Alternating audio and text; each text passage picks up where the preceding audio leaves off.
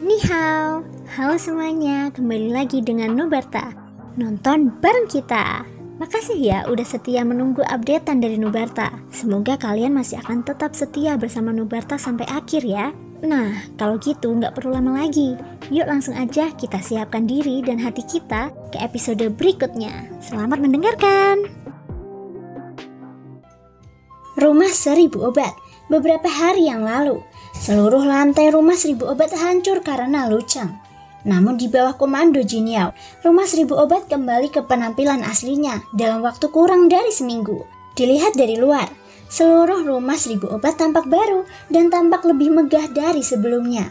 Bahkan arus orang di dalam rumah 1000 obat meningkat pesat. Tentu saja, tidak dapat dihindari bahwa akan ada beberapa orang yang datang untuk Shoyen. Alasannya tentu saja karena pertarungannya dengan Lucang.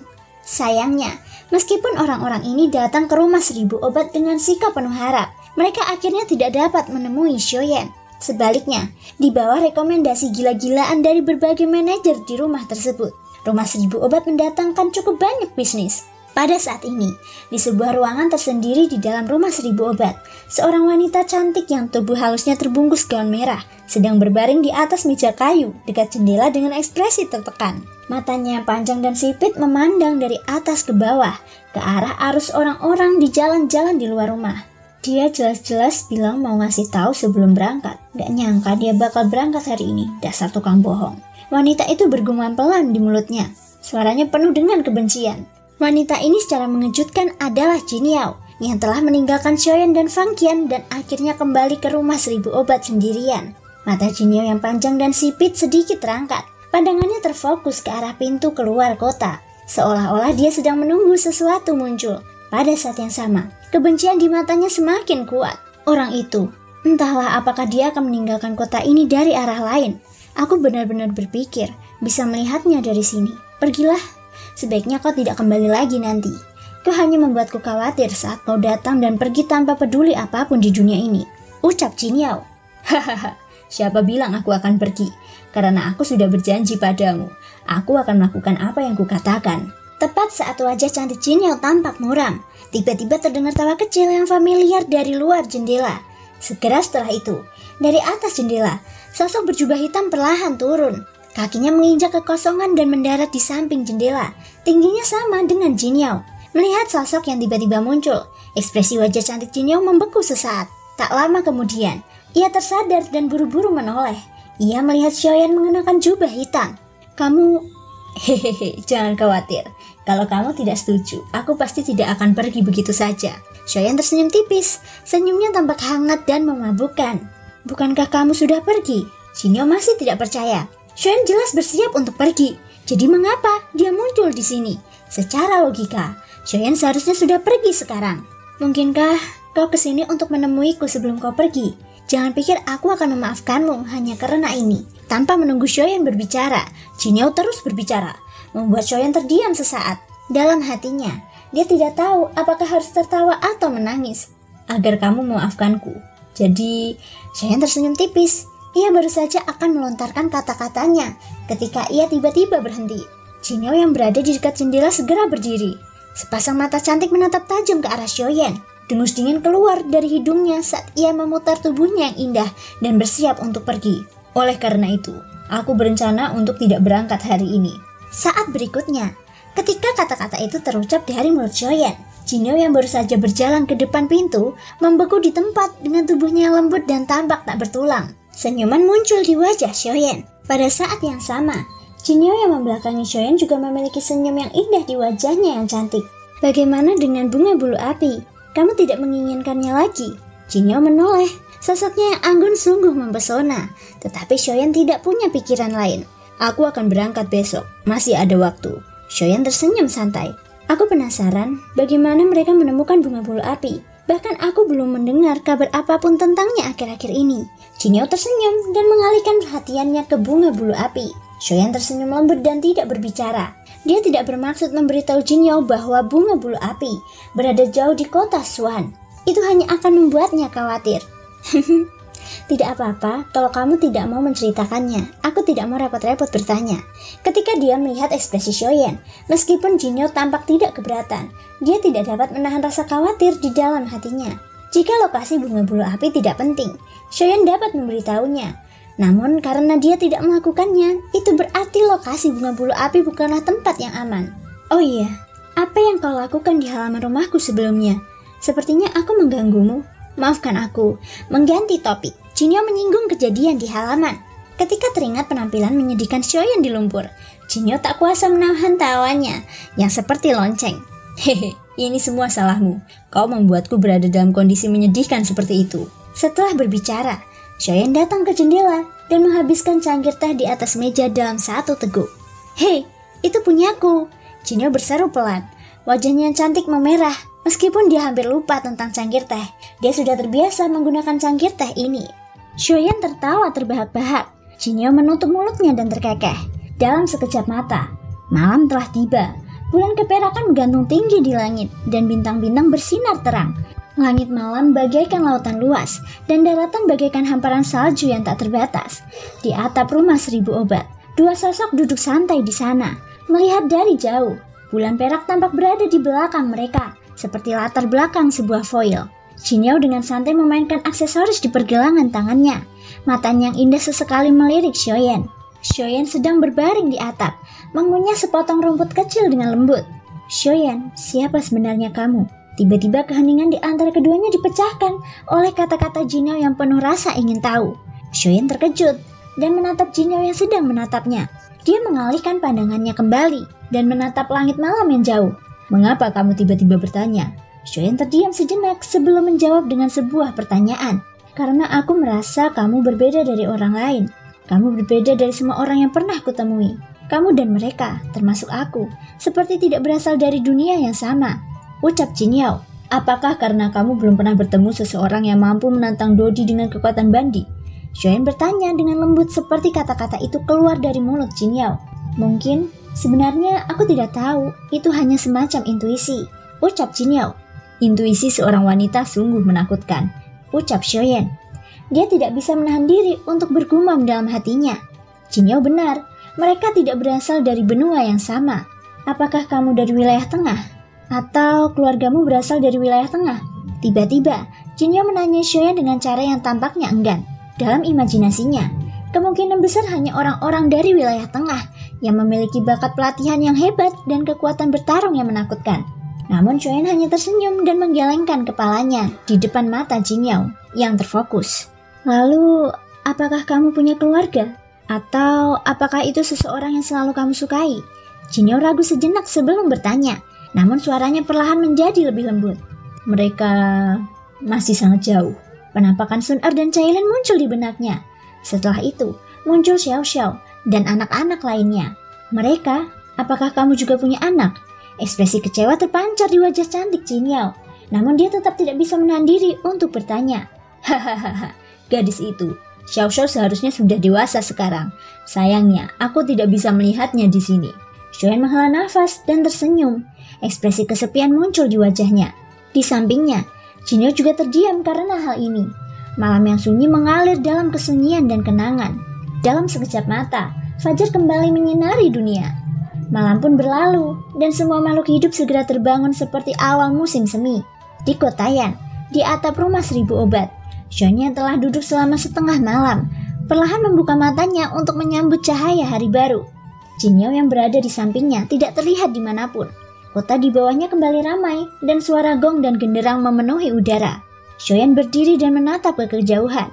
Di ujung pandangannya, ada hutan pegunungan yang luas membentang sejauh mata memandang. Tatapan Xiaoyan melihat ke sekeliling kota. Dia tidak menyadari kehadiran Jinyo. Matanya berkedip sedikit saat dia mendesah pelan. Dia sekali lagi mengidentifikasi arahnya. Setelah itu, dia berhenti ragu-ragu. Dia menggerakkan tubuhnya dan dengan cepat terbang ke arah kota Swan. Dalam sekejap mata, sosok Xiaoyan sudah jauh dari Kotayan. Pada saat ini, sosok Jinyo perlahan muncul di atap rumah 1000 obat. Matanya yang indah menatap ke arah yang ditinggalkan Xiaoyan saat ekspresi kecewa tanpa sadar muncul di wajah cantiknya. Namun ada juga beberapa kekhawatiran yang tercampur di dalamnya. Di sisi lain, Dua sosok manusia tua perlahan muncul di langit di atas balai lelang Tianyun. Mereka juga melihat ke arah yang ditinggalkan Xiaoyan. Setelah beberapa lama, mereka berdua melihat ke tempat Jinyo berada. Pada saat yang sama, Jinyo juga mengalihkan pandangannya dan bertukar pandang dengan kedua lelaki tua itu dari kejauhan. Waktu bagaikan pasir di sela-sela jari. Dalam sekejap mata, setengah bulan telah berlalu. Xiaoyan berpergian siang dan malam tanpa istirahat. Akhirnya, di cakrawala penglihatannya, siluet sebuah kota besar muncul di depan mata Xiaoyan, seperti batu gunung yang hitam pekat. Saat menatap kota besar ini dari kejauhan, hati Xiaoyan tak kuasa menahan diri untuk tidak dipenuhi oleh gairah yang membara. Setelah setengah bulan, kota Xuan akhirnya berada tepat di depan matanya. Ini juga berarti bahwa bunga bulu api sudah tidak jauh dari Xiaoyan. Ketika memikirkan bunga bulu api, hati Xiaoyan menjadi semakin berapi-api. Tanpa ragu, sosoknya bergerak dan langsung mengeksekusi langkah pemusnah langit. Sosoknya seperti angin beresonansi dengan langit dan bumi. Dalam sekejap mata, sosok Xiaoyan telah menghilang dari dunia ini. Dari kejauhan, dia seperti bintang yang benar-benar muncul di ujung penglihatan seseorang. Sesaat kemudian, Xiaoyan sudah berdiri di depan sebuah kota besar. Dari kejauhan, seluruh kota tampak seperti binatang buas besar yang berjongkok dan duduk dengan berat di tanah. Apakah ini kota Xuan? Ini memang kota yang berada di bawah kekuasaan Sekte Pedang Surgawi.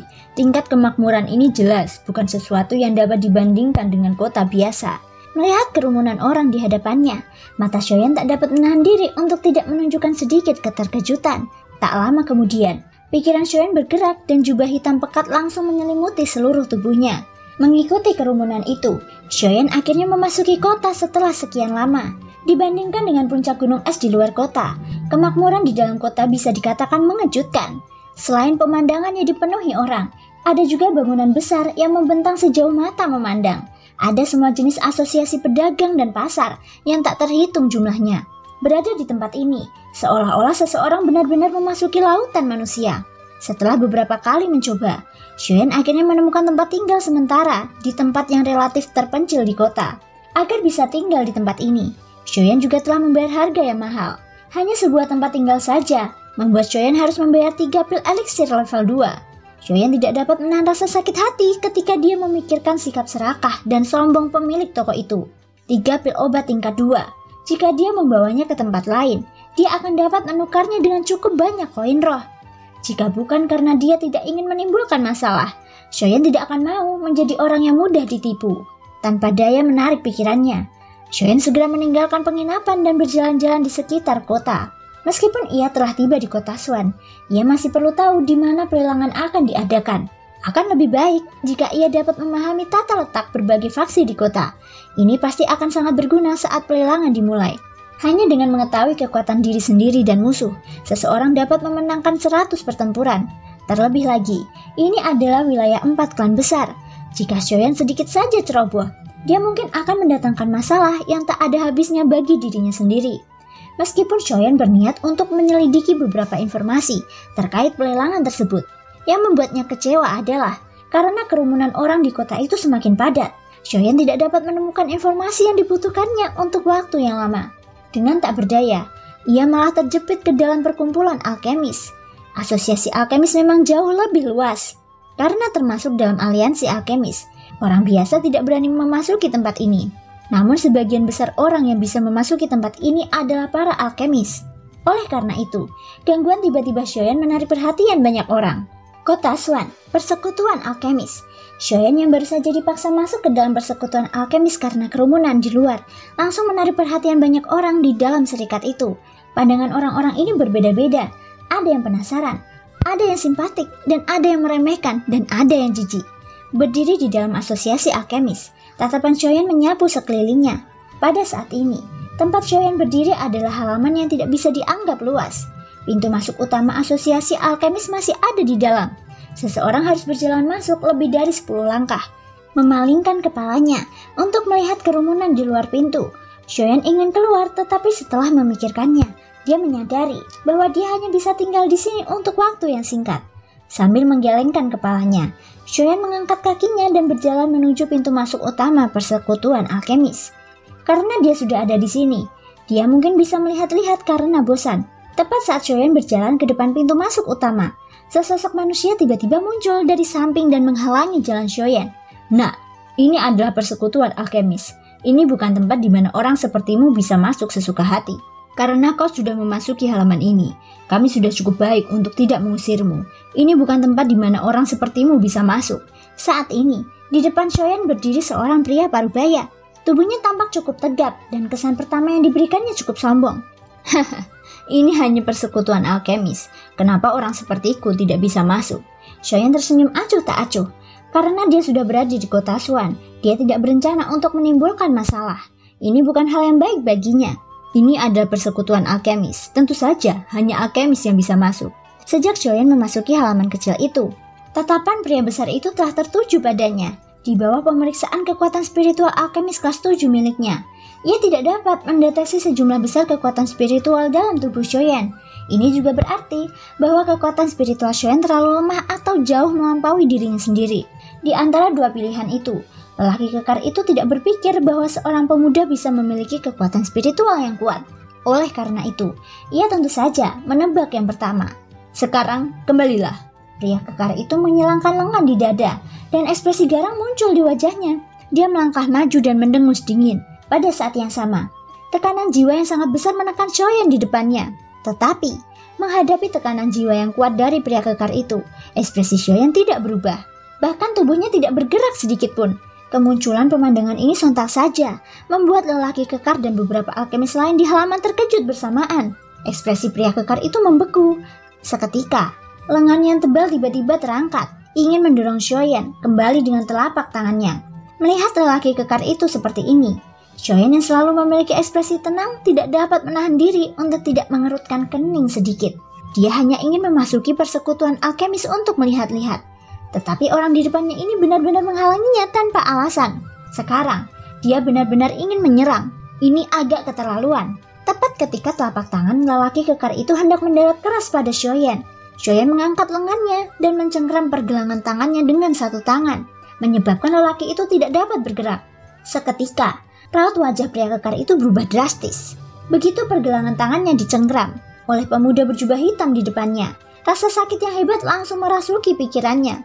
Bajingan, enyahlah. Tangannya yang lain tiba-tiba berputar dan telapak tangannya menghantam Shoyan dengan keras di depannya. Keras kepala. Setelah mengucapkan 4 kata itu dengan dingin, tangan Shoyan yang mencengkram pergelangan tangan lawannya dengan lembut berputar. Seketika, seluruh tubuh pria kekar itu berbalik dan serangan di tangannya juga terpaksa ditarik mundur. Ini asosiasi alkemis.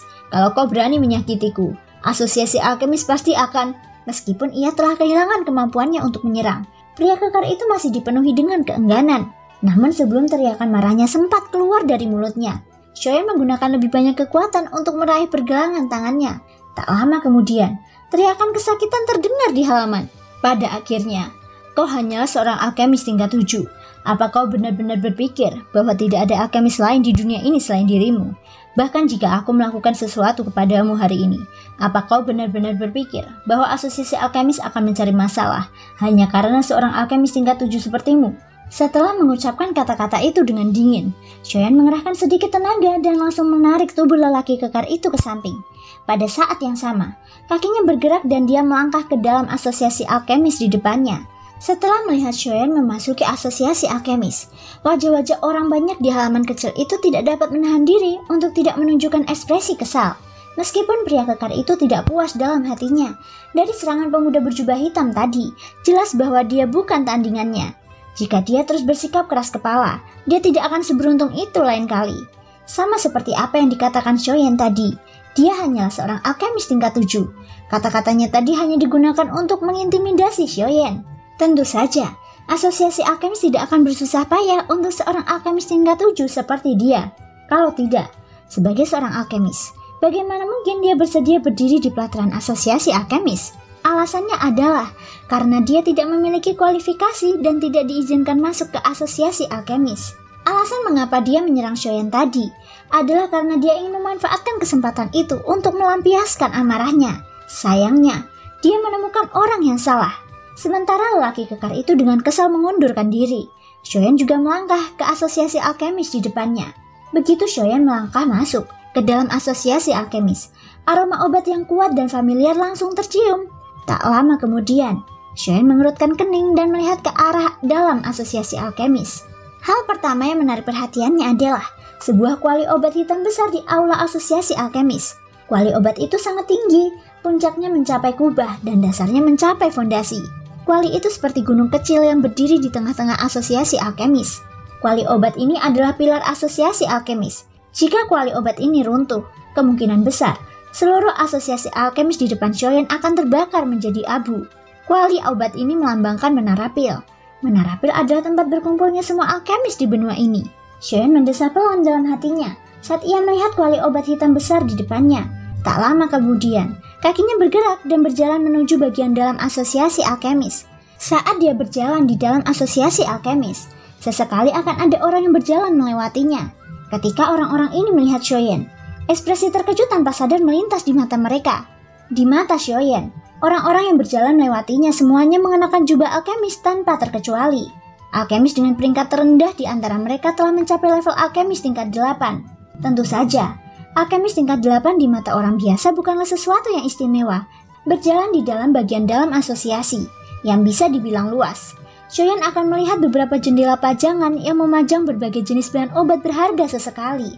Namun, bahan obat ini yang bisa dianggap sangat berharga di mata orang biasa, tampak biasa saja di mata Shoyan saat ini. Mereka tidak menarik sedikit pun minatnya. Namun seiring dengan pertumbuhan kekuatan Shoyan, wawasan Shoyan tentang berbagai hal juga meningkat. Seperti kata pepatah, ketika seseorang mendaki tinggi dan melihat kejauhan, yang dapat dilihatnya hanyalah puncak gunung es. Hanya dengan terus mendaki lebih tinggi dan lebih tinggi lagi, seseorang dapat melihat tempat yang lebih jauh lagi. Shoyan dengan ceroboh melewati setiap etalase indah yang dipenuhi bahan-bahan obat. Lambat laun, jumlah orang yang berjalan di samping Shoyan juga bertambah. Pada saat ini, Shoyan akhirnya menyadari bahwa bukan tidak ada seorang pun di perkumpulan alkemis yang tampaknya kosong ini. Hanya saja, mereka tidak berkumpul di tempat lain. Saat jumlah alkemis di sekitarnya berangsur-angsur bertambah, Shoyan dapat merasakan bahwa udara dipenuhi dengan aura panas yang menyengat. Pada saat yang sama, gelombang aroma pil samar juga menyebar. Dari apa yang kulihat, sepertinya ada seseorang yang sedang memurnikan pil. Sudut mulutnya melengkung membentuk senyum. Asosiasi alkemis memang layak menjadi tempat berkumpulnya para alkemis. Dari aroma pil tadi saja, meskipun kualitas pil obat yang disuling tidak terlalu tinggi, kualitasnya masih bisa dibilang lumayan. Sesaat kemudian, ketika Shoyan melewati kerumunan di sekitarnya dan tiba di depan kerumunan dengan susah payah, ia menemukan bahwa tempat yang ia tempati saat ini sebenarnya adalah ruang alkimia yang besar. Tidak mengherankan jika ada aura yang membakar dan aroma pil. Melihat ke arah tempat asal aroma pil itu, Shoyan melihat sebuah kuali obat yang berwarna keemasan. Pada saat ini, di dalam kuali obat ini, api yang berkobar membungkus pil obat yang berbentuk bulat sempurna. Gelombang aroma obat yang pekat menyebar dari dalam, termasuk aroma obat yang telah dideteksi Shoyan sebelumnya.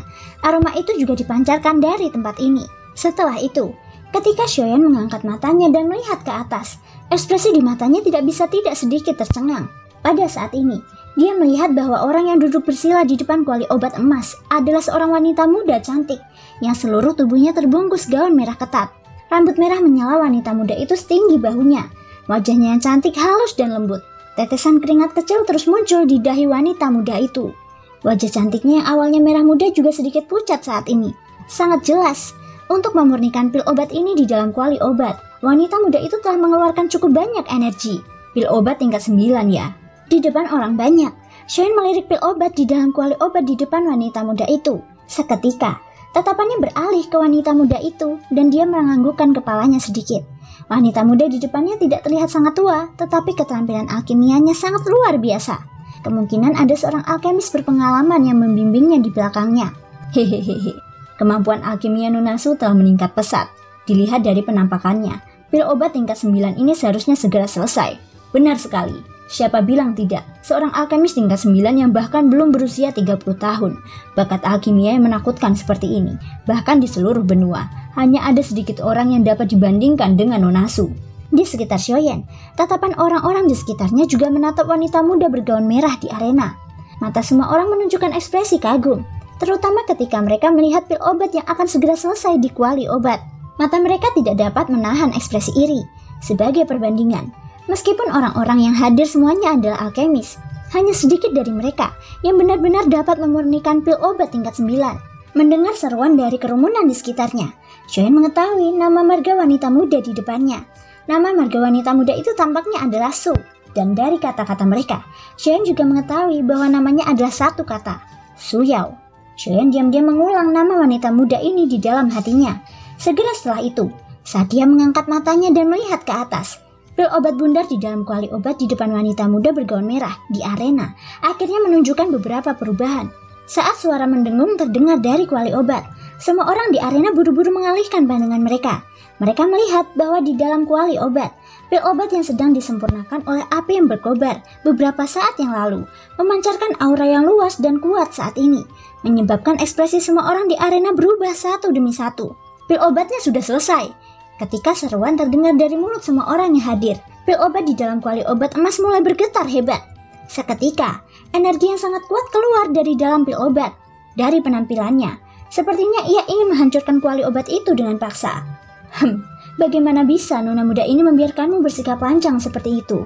Simpan saja untukku. Hidung cantik wanita muda berpakaian merah itu langsung mendengus dingin saat melihat pemandangan ini. Seketika, sebuah pikiran terlintas di hatinya, dan doki yang lebih kuat menyembur keluar dari telapak tangan wanita muda itu.